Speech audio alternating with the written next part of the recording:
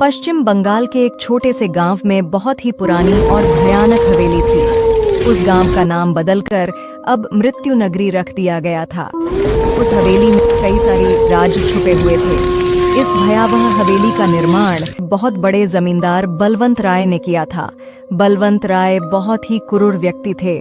ऐसी हवेली फिर कभी ना बन सके, इसीलिए हवेली के निर्माण के बाद बलवंत राय ने सभी मजदूरों की गर्दन काटकर मृत्यु के घाट उतार के नीचे दफना दिया। इस घटना के बाद वहां बहुत ही डरावनी और अजीब घटनाएं घटित होने लगीं।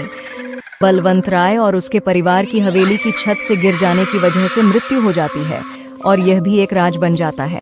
गांव के कई लोगों ने हवेली में बहुत सी डरावनी घटनाएं देखी और कितने लोगों ने अपनी जान गंवा दी। उसके बाद हवेली पर हमेशा के लिए ताला लग गया। हवेली के आसपास जाने से हर कोई डरने लगा। सालों बाद एक शोधकर्ता भानु प्रताप ने तय किया कि वह हवेली में दबे रहस्यों को पता लगाएगा।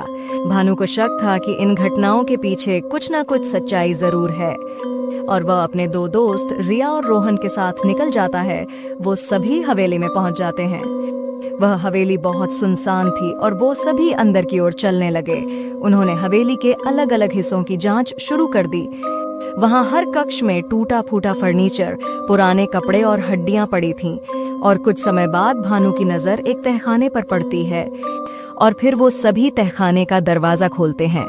तहखाने के अंदर कुछ डरावनी सी आवाज आ रही थी और वहां बहुत अंधेरा था। तहखाने में बहुत सारा पुराना सामान पड़ा हुआ था और सामने एक बड़ा सा बक्सा रखा हुआ था। भानु उसे बक्से को खोलकर देखता है। उस बक्से में बहुत सारे हीरे जवाहरात होते हैं और कुछ ही पल में कई सारी भूतिया आकृति उनके सामने प्रकट हो जाती हैं। दरअसल वो सभी हवेली को बनाने वाले मजदूरों की आत्मा थी। सभी लोग आत्माओं को देखकर बहुत घबरा जाते हैं। उनमें से एक आत्मा कहती है, अब तुम यहाँ से जिंदा नहीं जा सकते। डरते हुए भानु कहता है, मुझे लगता है आप सभी की आत्मा भटक रही है और यकीन मानो मैं आप लोगों की मदद करने ही यहाँ आया। उनकी बातों पर उन आत्माओं को विश्वास होने लगता है। तभी उनमें से एक आत्मा बताती है, हम सब मजदूरों की आत्मा है जिन्होंने बलवंत राय की हवेली का निर्माण किया था। ऐसी हवेली फिर कभी ना बन सके, इसीलिए हवेली के निर्माण के बाद बलवंत राय ने सभी मजदूरों की गर्दन काटकर मृत्यु के घाट उतार दिया और वहीं हवेली के नीचे दफना दिया। और तभी से हमारी आत्मा को मुक्ति नहीं मिल रही है।